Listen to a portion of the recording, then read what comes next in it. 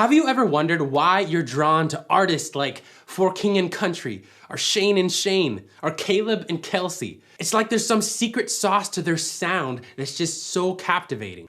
And the obvious thought would be, well, they're all duos, they're all singing in close two-part harmony. But it's not just that, there's something special to how they're singing their harmonies. And if we learn what it is, I think we can take our own harmony singing to the next level. First, I need to show you what goes into making good two-part harmony. A good harmony part always starts with the melody and the chords to the song. So we need some sheet music. So for this song, we have a C major chord, which in the key of C is our 1 chord. The notes in that chord are 1, 3, 5. Now I'm gonna be singing on numbers throughout, so the way that this works is that I assign a number to every single scale degree of the major scale. So a C major scale, or really any major scale, would sound like this. 1, 2, 3, 4, 5, 6, 7, 8, or 1, 8 and 1 are interchangeable. Now that we know the notes in our chord, we need to determine what note the melody is on. 3, 3, 4, 3, 2, 2, 3, 2, 1, 1, 4, 3, 2, 3, 1. Do you know the song? The melody starts on a 3. So in the chord, the next chord step above the 3 would be 5. So that would be considered our upper harmony. Now if we want to find the lower harmony, we'd find the chord step below 3, and that would be 1. Or we can sing it 1 up the octave. Still our lower harmony. All right, now comes kind of interesting and the hard part. We need to harmonize with the melody while matching with the chords. So I want you to see how you think this sounds. I'm just gonna come up with a harmony part. Let me know what you think. All to Jesus I surrender. All to Him I freely give. All right, what did you think? I was matching the chords. I was harmonizing. Did you like it? Now, here's another song, Come Thou Fount.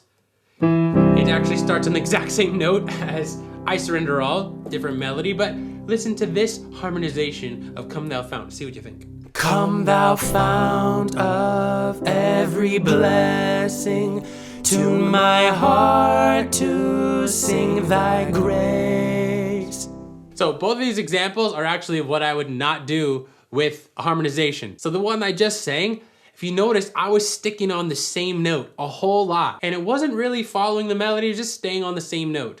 And so that didn't sound that great. And with the first example, I Surrender All, I was matching the chords and I was harmonizing, but if you noticed, my notes were just all over the place. It was sounding really disjunct. And if anything, it was kind of detracting from the melody because the harmony part was so all over the place. And so we don't want to do that. We want the harmony part to support the melody and dress it up. And if anything, just make the melody sound better. But similarly, we don't want to be so boring singing the same note over and over that we're not matching with the melody either. That just doesn't sound that great. Doesn't fit the style.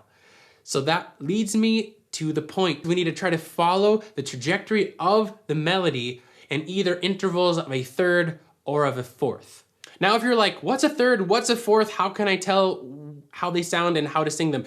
Check out our harmony challenge. It's in the end of the harmony challenge. I go through how to hear thirds and fourths and how to know when to sing each one of them to match with the chord structure and the melody. So check that out. It's in there and I highly recommend that. You also get used to singing on numbers. So this will kind of all make a lot more sense. So let me go back to the first song and sing in thirds or fourths and let's see how it sounds. All to Jesus I surrender. All to Him I freely give. All right, now I think that's sounding better. It's fitting the style more. We got thirds and we got fourths. But we can also choose this lower harmony. I'm gonna sing it up an octave and you'll see how that sounds. All to Jesus I surrender.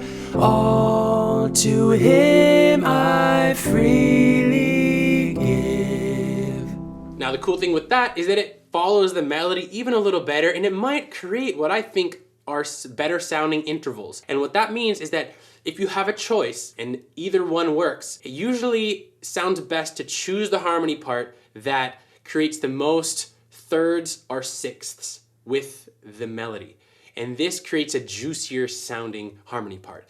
And instead, you want to kind of avoid the harmony part that doesn't follow the melody as closely because you have to stick on some same notes, or it creates more fourths or fifths. Because the fourths or fifths, they just sound more, they're open and they don't sound as juicy and nice. So that's one of your thought processes when you're coming in to two-part harmony. But that's not the only thing to think about. We need to consider the dynamics of the song and the energy that's in the song and pick our harmony parts accordingly. So I'm gonna give you some examples of this and I wanna see what you think you like. What a powerful name it is, nothing can stand against. What a powerful name it is, the name of Jesus. What a powerful name it is, nothing can stand against. What a powerful name it is, the name of Jesus. All right, do you see the difference there? What if it was a male lead song? See how it would sound if I sing the upper versus the lower harmony with that. All my life you have been faithful.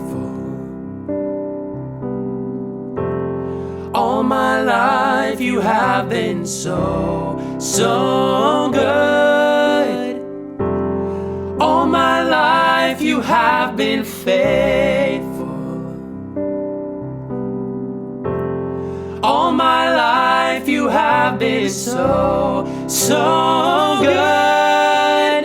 All right, so do you hear the difference in the energy? So oftentimes I'll choose in an earlier chorus when the song is not quite as loud to sing the harmony part that was kind of on the lower register for me and less energy, right? And then later when it builds up, sing the harmony that creates more energy. Now, along with just the energy of the song and how the harmony creates that energy and supports it, there's also other consideration.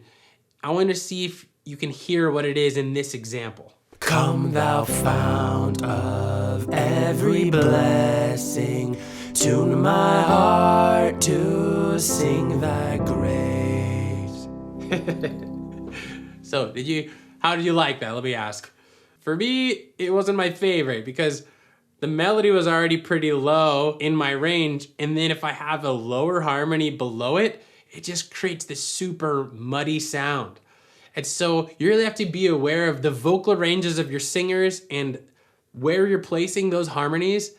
If this were a female lead and you had another female singer, it might actually sound okay to have the female singer below. But if it's the guy singing, it's just too muddy down there and it won't really stand out. So try this instead. Come thou fount of every blessing, tune my heart to sing thy grace.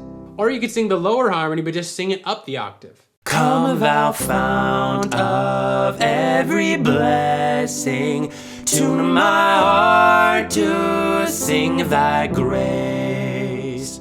So consider the vocal ranges of your singers and where you want to place them in their vocal ranges to create certain sound. You don't want it to sound too muddy. Watch out for harmonies that are on the low end, especially for men. And now, once we have these things in our mind, maybe we can get a little more creative with our harmony parts, because just two-part harmonies, we don't have to worry about that third harmony and kind of stepping on their notes. So really we have a lot of freedom.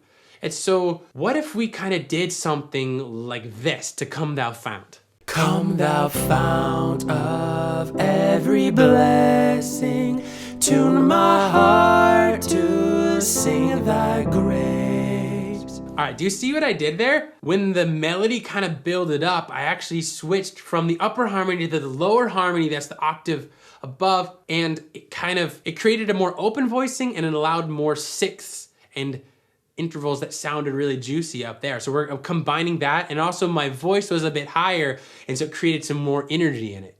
And so I'm combining the two different harmony parts. Now you have to be careful with this because it could end up sounding kind of like this. Come thou fount of every blessing, Tune my heart to sing thy grace. Now see, I didn't really like that ending very much there because I was hopping a lot from the different harmony parts and it almost started to take away from the melody. So it's just my taste, I probably wouldn't do it that.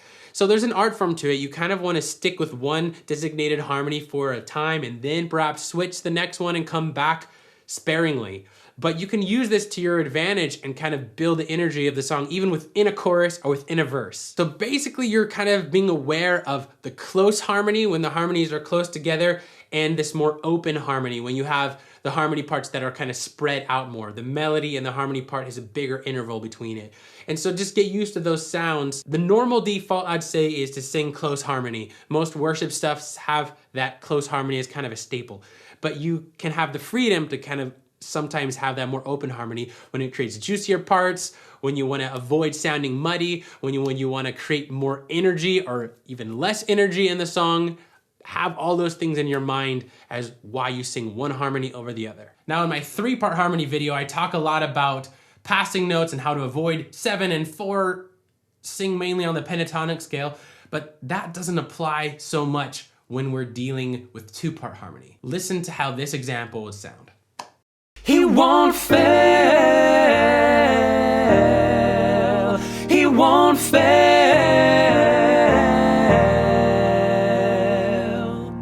So if you could tell there, the upper harmony was passing through a 4. It was going 5, 4, 3, 2, 1. And so for a second, we have that 4 on top of a 5 chord. So it's creating a bit of that dominant 7 chord, which normally I try to avoid dominant 7s, but it kind of works because the alternative would be just to stay on the same note like this. He won't fail. He won't fail.